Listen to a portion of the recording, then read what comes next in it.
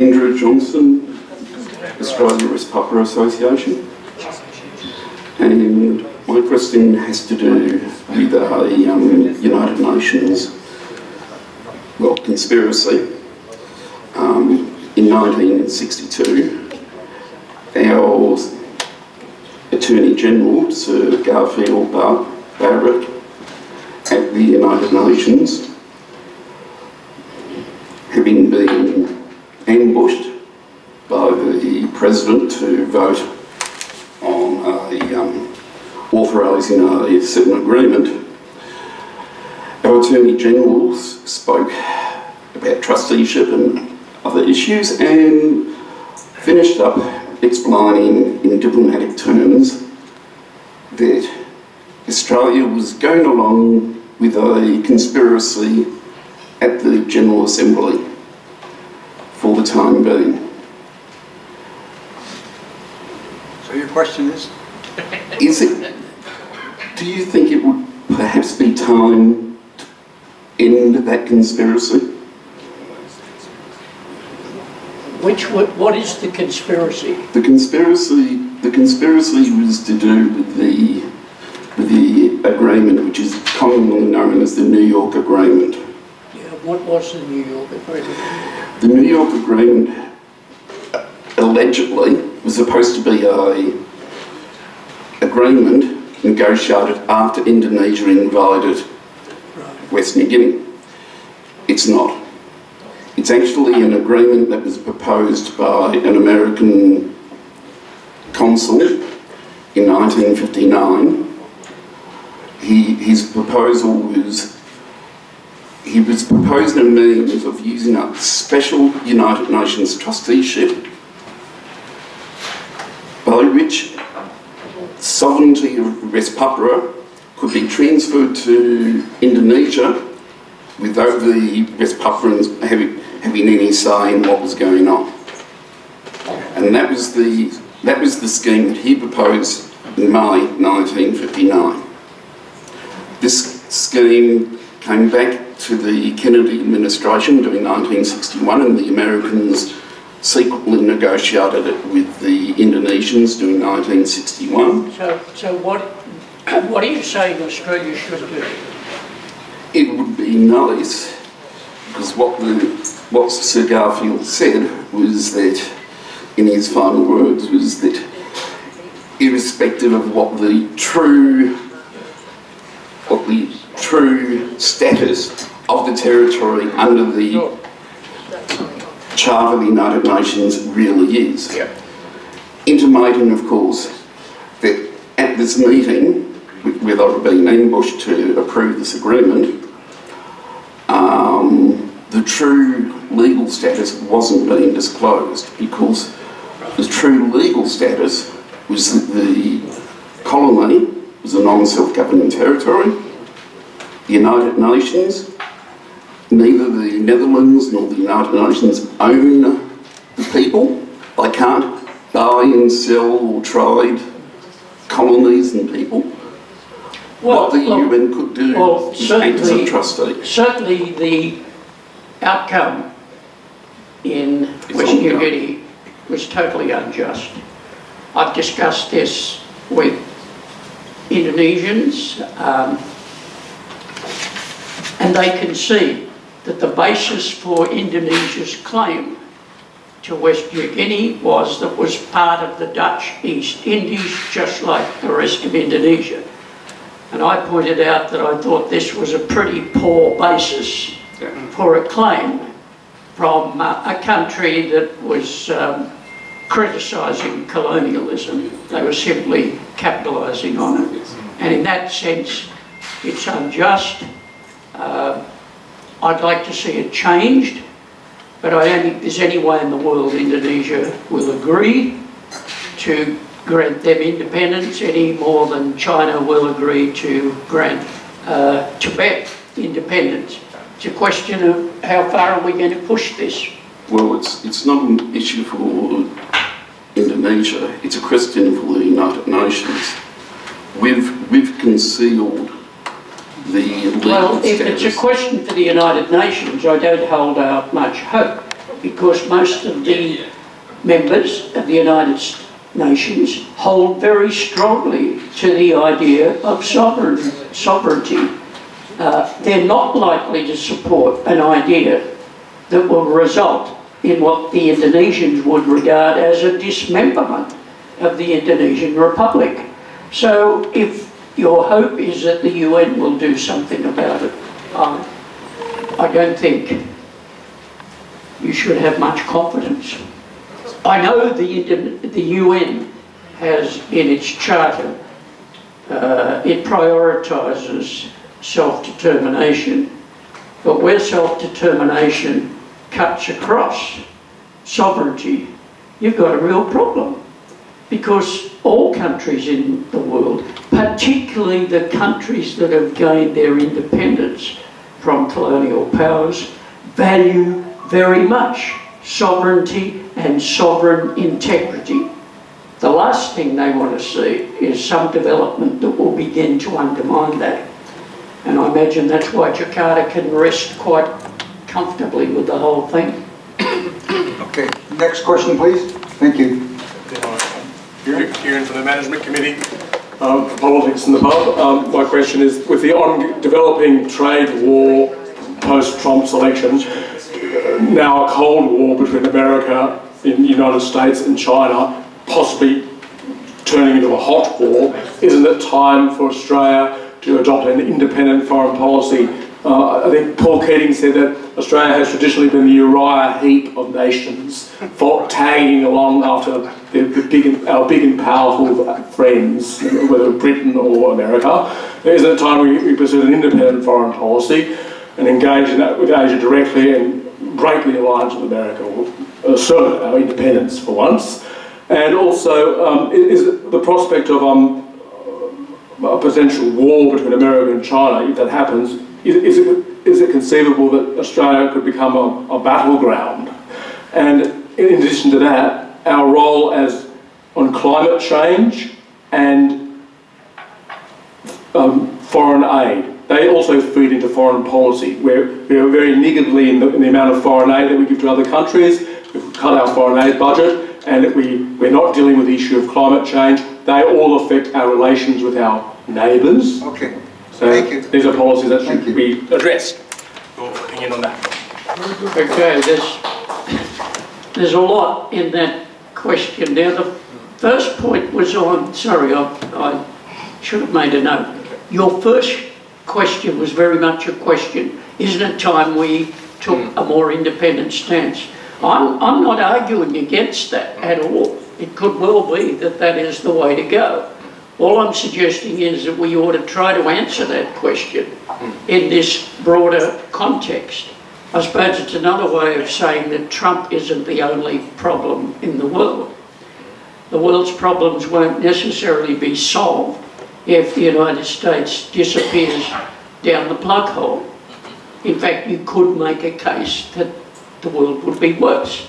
After all, the whole post-war order, in its most ideal sense, an order that a lot of us here would suggest, was constructed with US support. I can't be as confident that the powers that might prevail in the future will deliver us the same good. But then I'm speaking as a Democrat. I'm rather disturbed about the erosion of democracy in many parts of the world.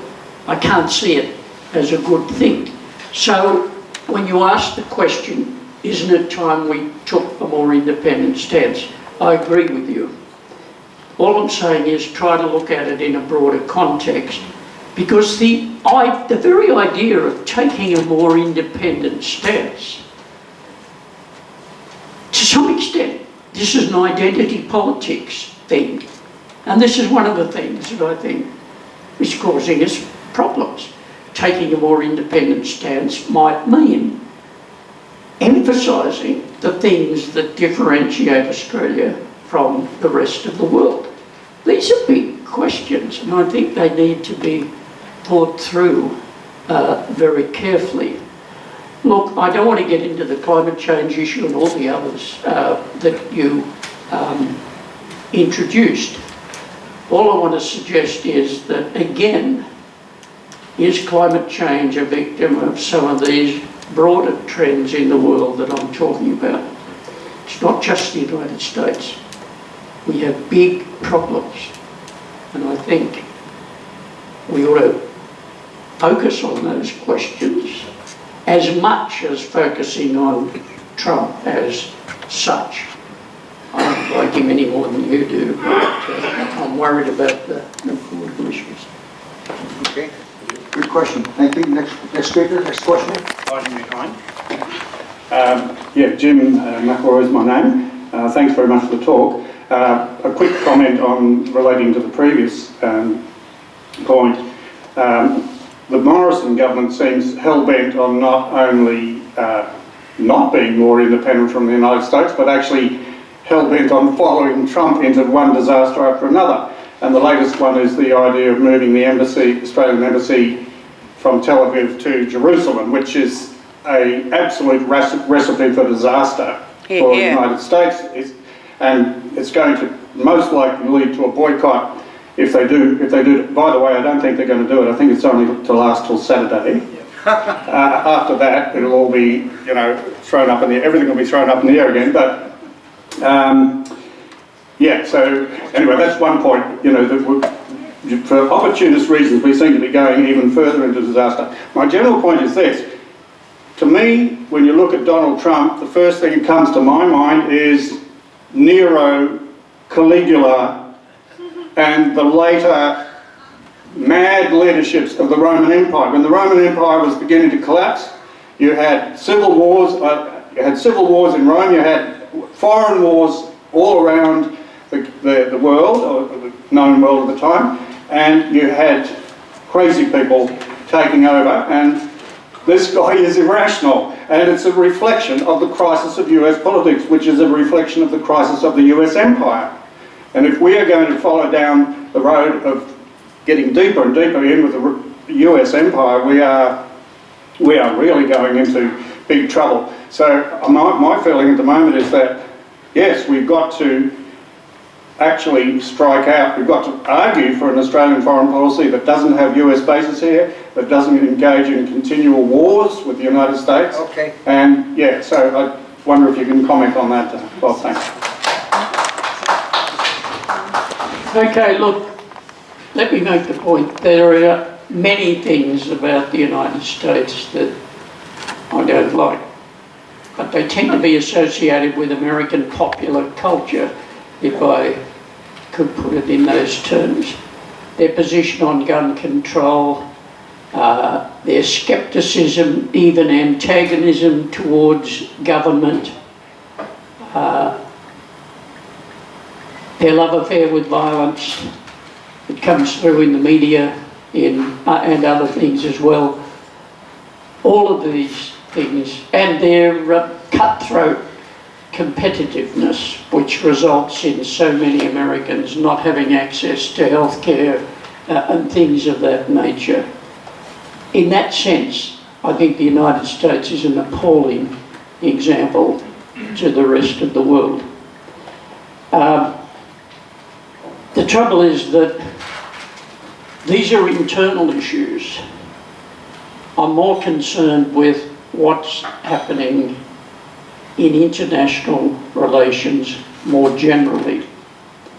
Now, those developments, of course, can be affected by what's going on internally. I don't mean to say that they're totally separate. But look, when you mention Morrison and Israel and Saturday's by-election and all the rest of it, I can sympathise with you.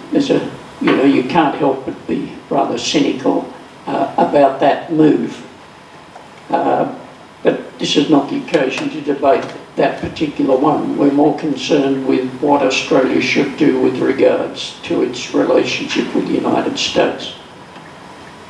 I want to distinguish between those things about the United States I detest, which are mostly about their popular culture, and their broader contribution to world politics.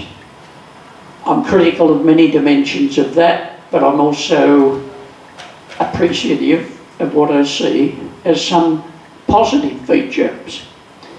It leads me to think that Trump might be a passing phenomenon.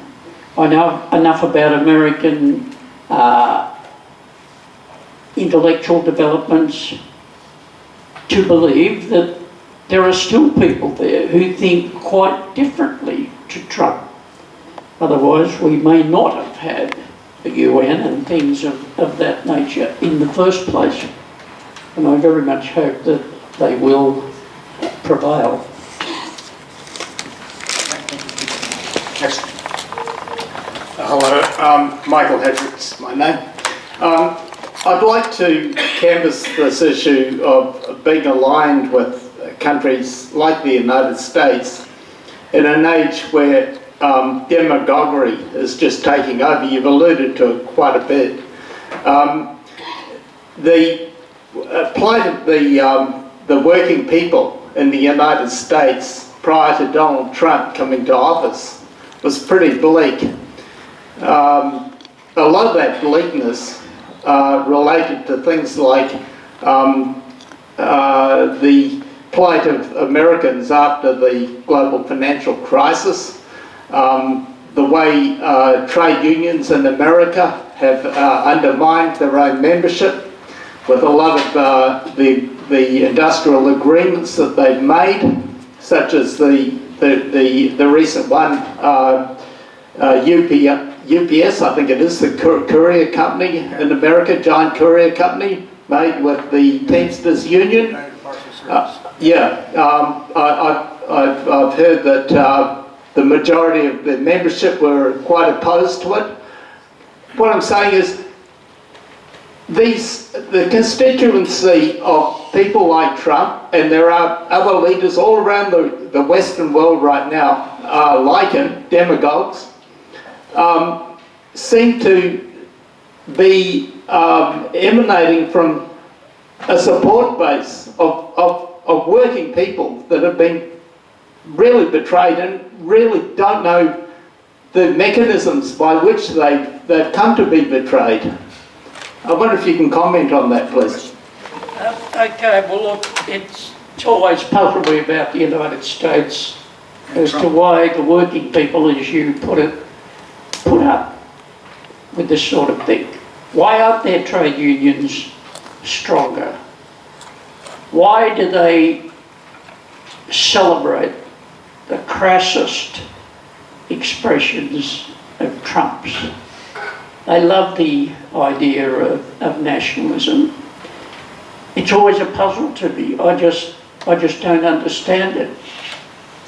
I once went to a doctor in New York with the flu, and by the time I'd finished the visit and bought the necessary medicines, I paid about $500. And when I told him that in Australia I could get it on the Medicare card, his response was, "Oh yeah, but you live in a communist state." This sort of thing puzzles me.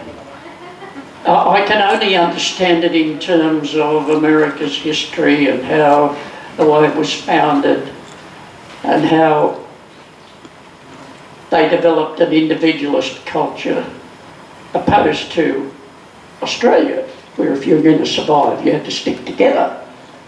And I think this explains us having a more collectivist culture. But look, you can go on and on forever. I think all that's correct, but I was interested that you talked about the demagogues in the Western world. Well, there are demagogues everywhere, not just in the Western world. And some of the demagogues in the non-Western world have becoming relatively more powerful and more important.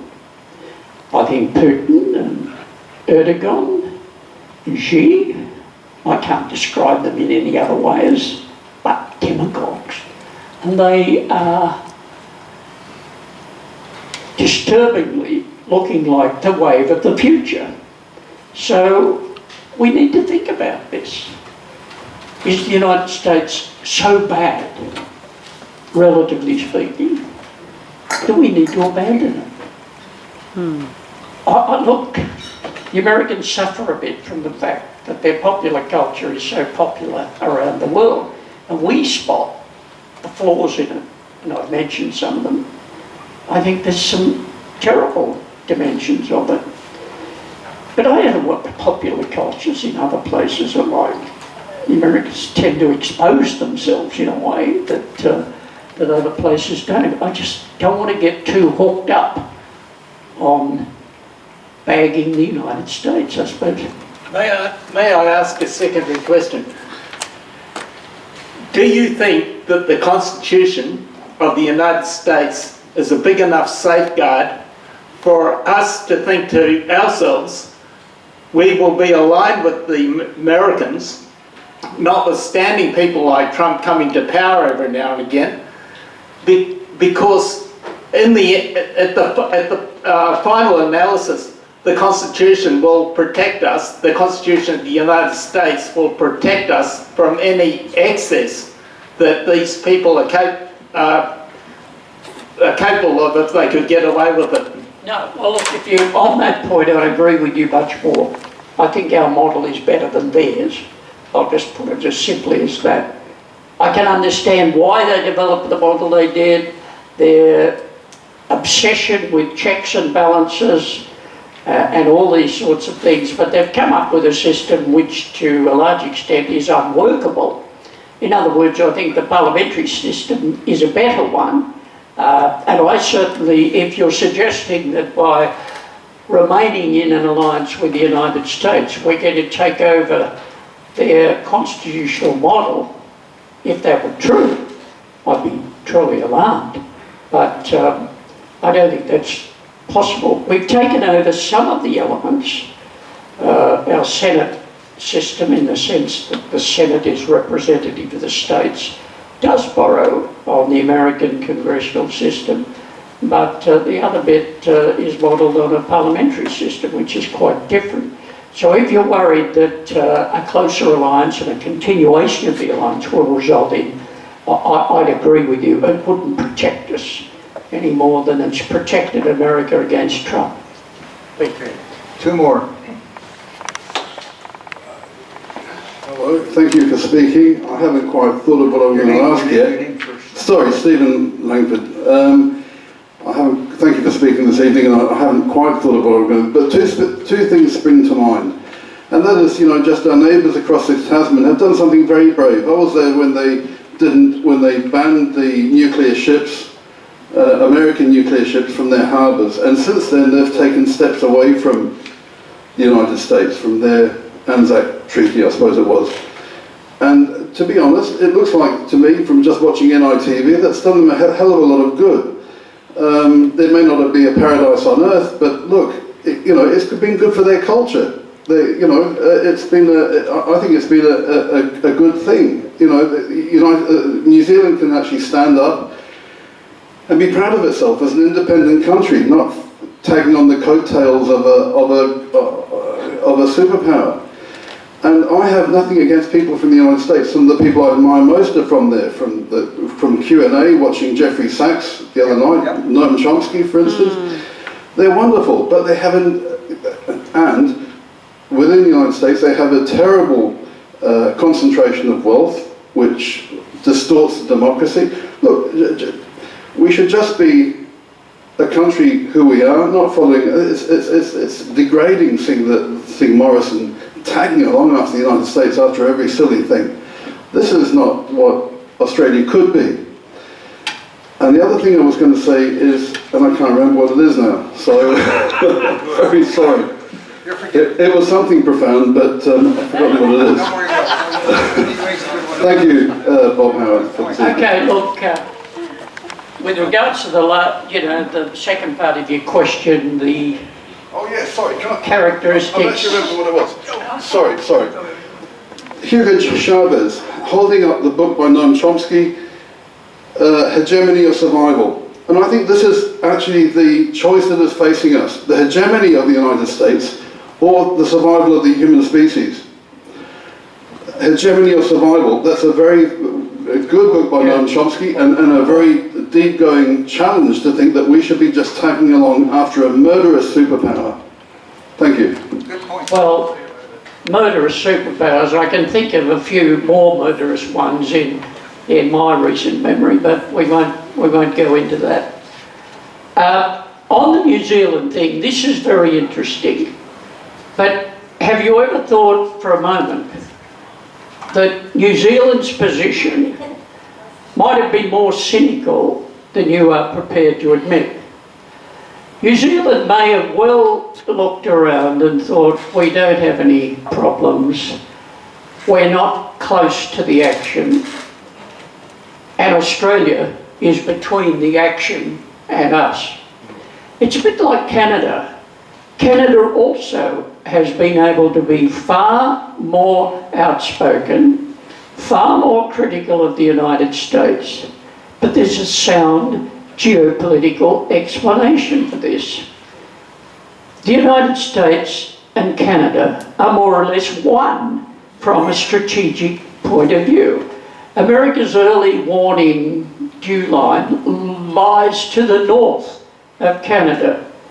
Canada can say what it likes, but it knows it's safe because its borders on the United States, and that matters to the United States. I'm not knocking the importance of ideas and ethics in international relations. They do have a very important role to play. But I don't think we should forget that states often think on geopolitical grounds. New Zealand, for instance, has virtually abandoned its Air Force because it feels it doesn't have a need for one. I can't see that happening in Australia. It's not because Australians are more bloody minded, but Australians are more conscious of where they are on the map.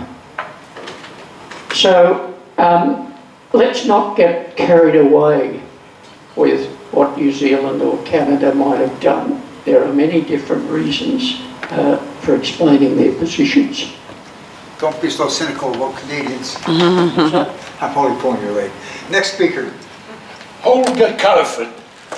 Now, I'm slightly paranoid. We have a big, powerful, land-hungry neighbour to our north, and I'm worried that they might treat Australia the way they've treated New Guinea, Papua, or the way China has treated Tibet. That's one reason why I think we should just keep the United States on side for our safety.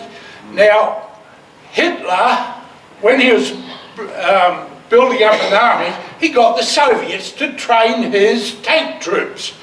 And during the Labour years, Paul Keating trained the Kopassus, which to my mind is the Indonesian version of Hitler's SS. Now, I would like to see Paul Keating tried for treason, for training troops for a foreign possible invader. What are the chances? Okay. You want to answer that? Well, I don't think there's any chance of Paul Keating being tried for treason. But to get back to the point you made in the first place, it sort of ties in with my answer to the previous question. New Zealand doesn't have on its borders the prospect of 300 million people by the middle of this century. And to say that is simply a statement of fact. I know facts are very suspect these days. That's one of the reasons why I'm glad I no longer teach at the university, where people are being warned about going down the facts or the objective learning track. Very disturbing trend as far as I'm concerned. But you're quite right. New Zealand is not as proximate to other great big powers in Asia. Proximity is such an important dimension in geopolitics. The terrible wars in Europe have a lot to do with the fact that you had major powers in a contiguous situation.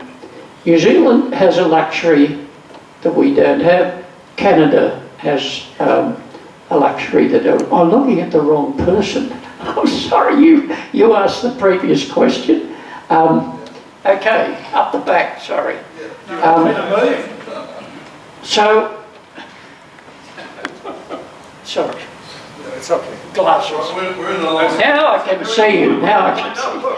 Okay, look, your point about Indonesia is very important because, and it's why Australia does have, to his credit, thankfully, Morrison's first trip was overseas and he went to Jakarta, which I think he should.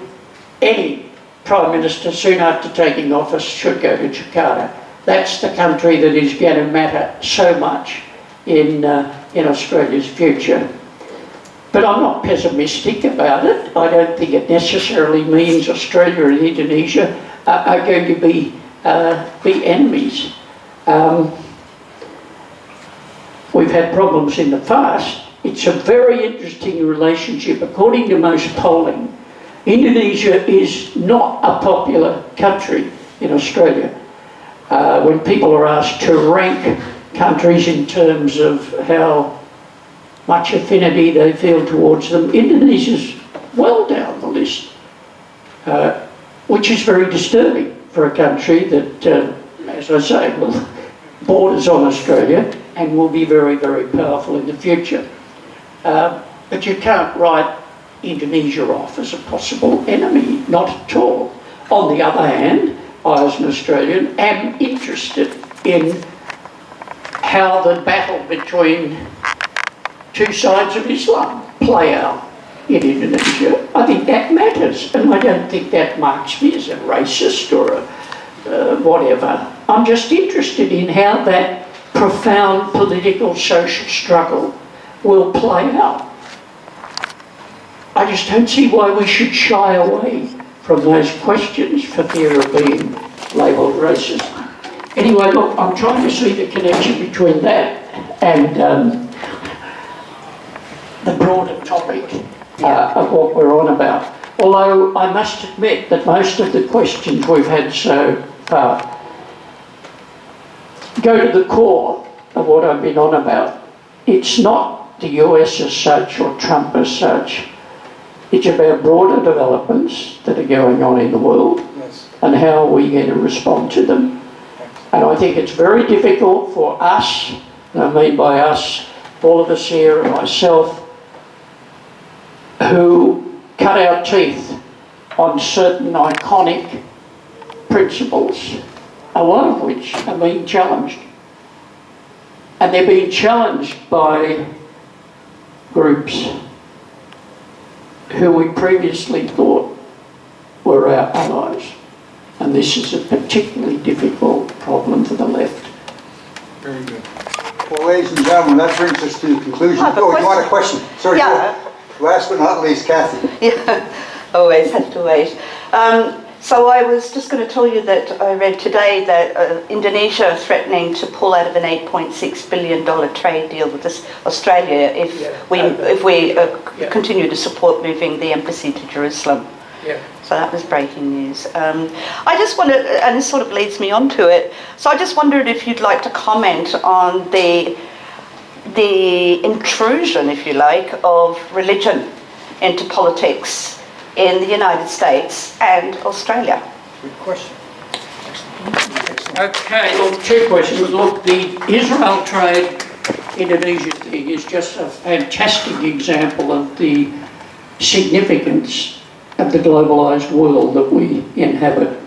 You make a decision on one thing that you think is logical and the right thing to do, and almost suddenly you're confronted with the fact that it has ramifications for you that derive from the fact that we're part of a global world. But you're going to lose a by-election.